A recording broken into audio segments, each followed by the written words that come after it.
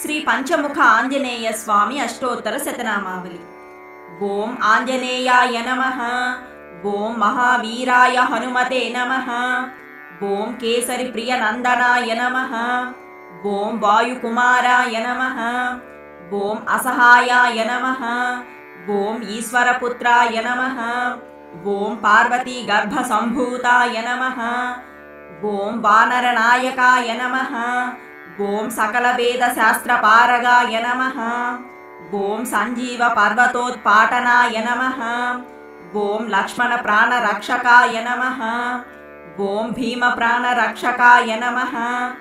ఓం సీతా దుఃఖ నివారణాయ నమః. ఓం దుర్దండి బంధ విమోచనాయ నమః. ఓం నీలమేఘ రాజ్యదాయకాయ నమః. ఓం సుగ్రీవ రాజ్యకారణాయ నమః.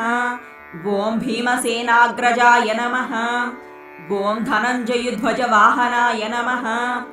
ఓం కాలనేమి సంహారకాయ నమః. ఓం మైరావణ మర్దనాయ నమః. ఓం వృత్తాసుర భంజనాయ నమః. ఓం సప్తమంత్రిసుత ధ్వంసనాయ నమః. ఓం ఇంద్రజిద్వధ కారణాయ నమః. ఓం అక్షకుమార సంహారకాయ నమః. ఓం లంకినీ భంజనాయ నమః. ఓం రావణమర్దనాయ నమః. ఓం కుంభకర్ణవధ పరాయణాయ నమః. ఓం జంబుమాలి నిఘాదనాయ నమః. ఓం ఏకవీరాయ నమః. ఓం రాక్షసకుల దహనాయ నమః. ఓం అశోకవన విదారకాయ నమః. ఓం లంకా దహనాయ నమః. ఓం శతముఖ వధ కారణాయ నమః. ఓం సప్తసాగర బాలాయ నమః. ఓం సేతుబంధనవాలాయ నమః. ఓం నిరాహారాయ నమః.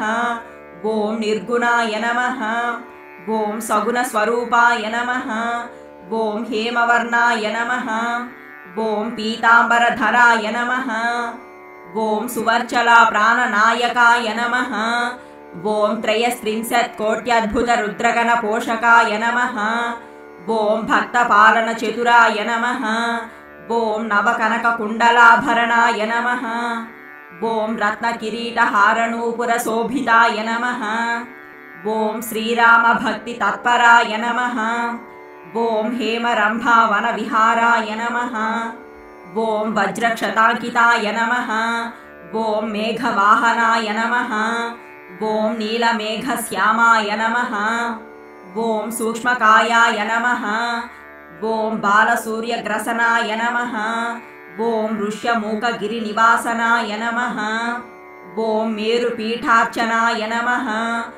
ఓం ద్వాత్రింశదాయుధధరాయ నమః. ఓం చిత్రవర్ణాయ నమః. ఓం విచిత్ర సృష్టి నిర్మాణకర్తే నమః. ఓం అనంతనామ్నే దశావతారాయ నమః. ఓం అఘటనాఘటనా సమర్థాయ నమః. ఓం అనేక బ్రహ్మాండ నాయకాయ నమః. ఓం దుర్జన సంహారకాయ నమః. ఓం సజ్జన సంరక్షకాయ నమః.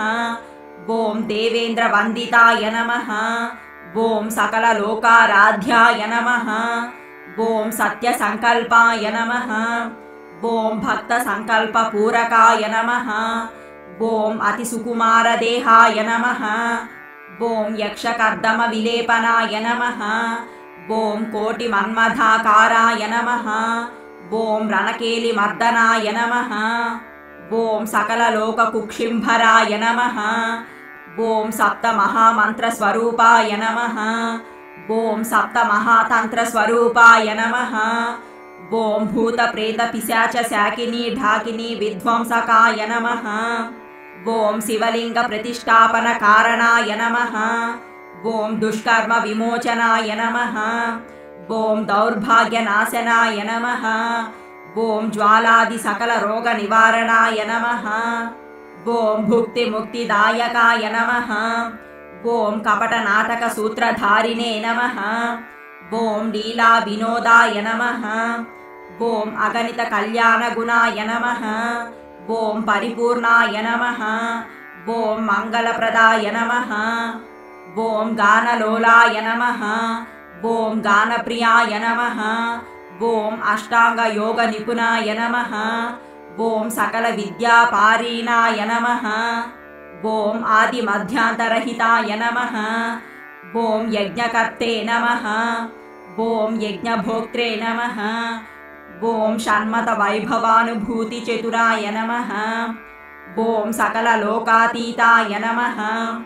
ఓం విశ్వంభరాయ నమః. ఓం విశ్వాకారాయ నమః. ఓం దయాస్వరూపాయ నమః.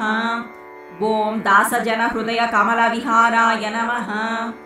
ఓం మనోవేగినే నమః. ఓం ఋషిగుణగేయాయ నమః. ఓం మనోభావజ్ఞ నిపుణాయ నమః. ఓం భక్తజన మనోరథదాయకాయ నమః. ఓం భక్తరక్షకాయ నమః. ఓం దీనపోషకాయ నమః. ఓం దీనమందారాయ నమః. ఓం సర్వస్వతంత్రాయ నమః.